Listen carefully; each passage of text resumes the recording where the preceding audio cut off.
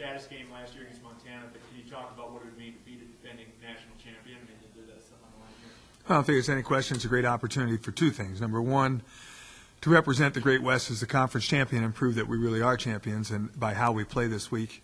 And number two, anytime you get the opportunity to bring the defending national champion into your place, I think it's a great event and a great opportunity for us. So hopefully we'll be excited to play the football game. Can you let us in on your practices a little bit when you have so many guys on the sideline? Maybe talk about a few of the guys that are sitting out and how that just changes the structure and everything.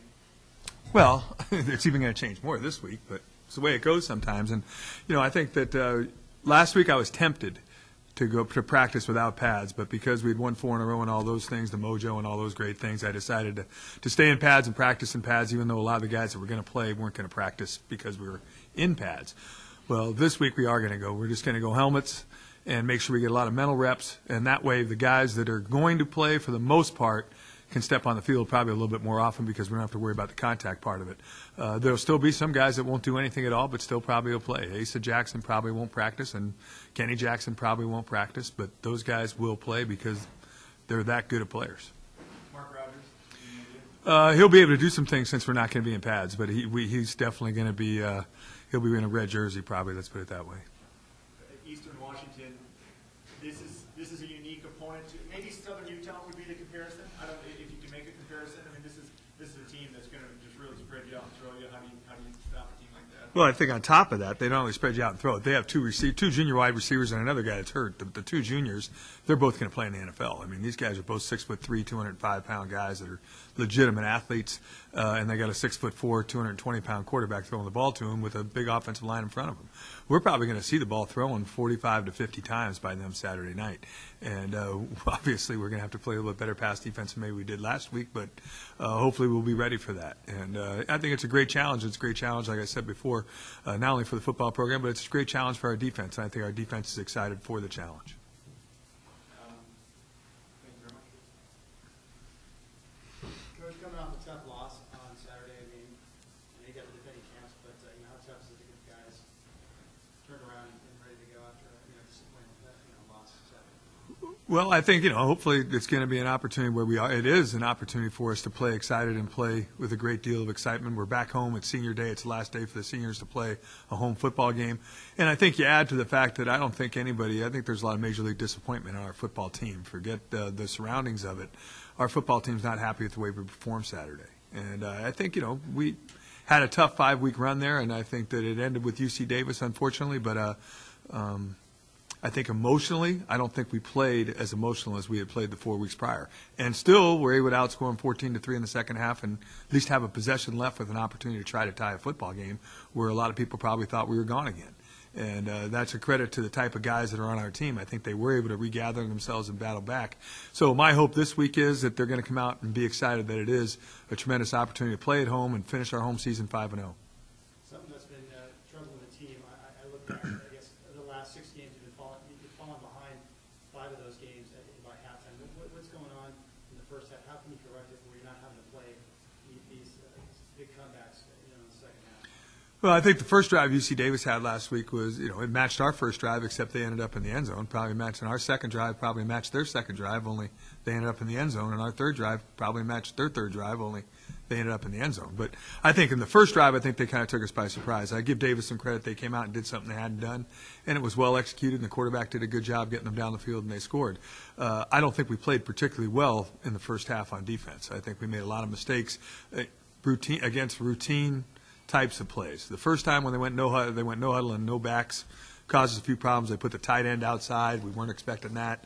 We had linebacker lined up sometimes on a wide receiver. We didn't want to do that, but they caught us off guard. So give them credit for that, and that was a great thing that they did. But after that, they made some plays that we weren't real happy with how we played, period, on defense. And our front seven has played tremendously.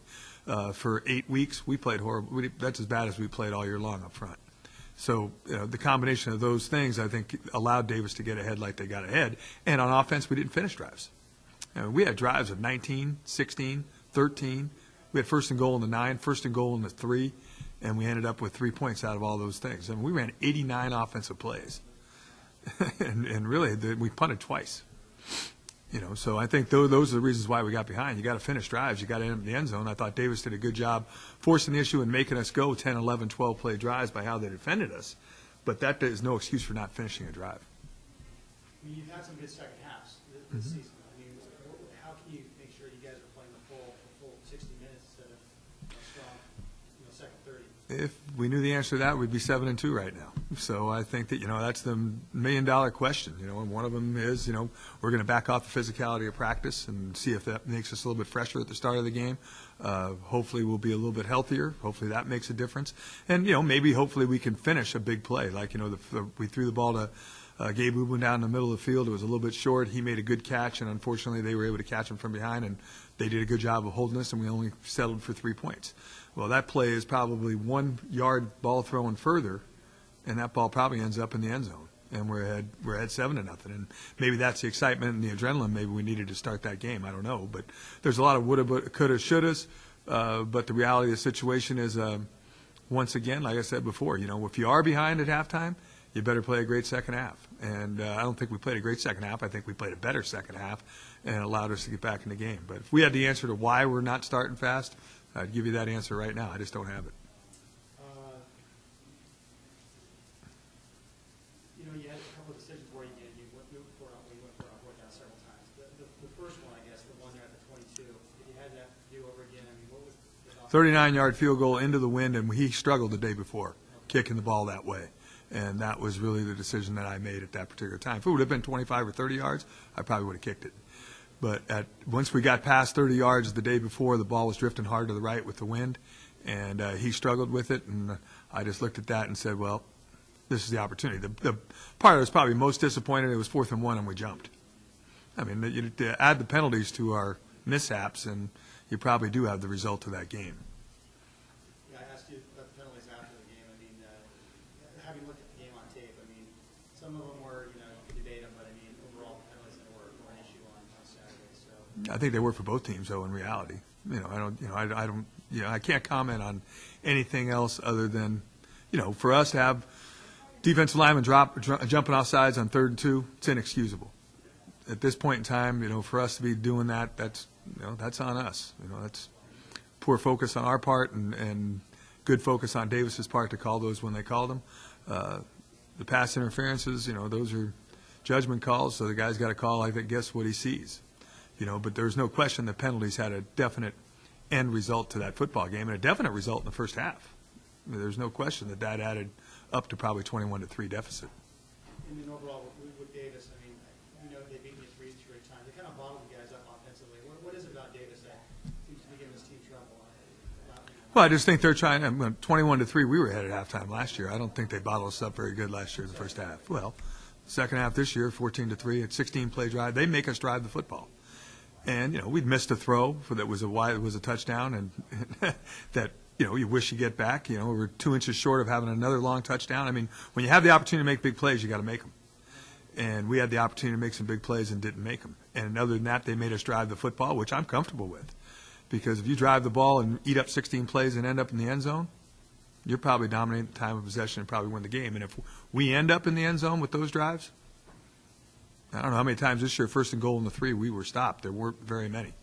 I can tell you that much. So, I mean, you can say they bottled us up. I just think if you ran 89 offensive plays and had 22 or 23 first downs, I don't think we executed when we had the opportunity to execute inside the 15, 20-yard line that cost us the football game. Teams are going to be able to keep us from getting 60-yard plays. So, and if they are, then we got to be confident that we can go 4 and 5 and 3 and 2 and 4 and go for it on 4th and 1 and get it, because that's what we've done all year long. And in reality, that's what they did. They tried to make us drive the length of the field, which we did a lot. We just didn't finish. You guys are battling a lot of injuries, and we know injuries present opportunities for people to step up. Have you seen any of that? Do you wish there was more people stepping up and succeeding, or are you somewhat disappointed, or what's right now the opinion on? I mean, I think that, I just think personnel-wise, I think you have to look at personnel when people get hurt. Who got hurt? What's their injury? What is their value? I mean, a lot of times in our sport, there's guys that have a certain value to our team. With Chris Nichols and Jared Houston, you're losing 10-5 and 10-5 on 100 meters. You know, Brandon Machakowicz isn't probably the greatest reverse guy, but he made a couple of huge third down and fourth down catches that kept drives going. So did Brandon Machakowicz step up? In my opinion, he did. He made some plays. Lance Castaneda had more opportunities to get the ball in his hands and made some great football plays for us. So I think those are all positives. Gabe Umo made a couple of plays. I mean, I think there was a lot of positives that were out there. There just weren't enough of them. But, you know, injuries are a part of the game. The part I'm probably most disappointed in is the fact that, you know, defensively, I think we were a better defensive football team than we played on Saturday.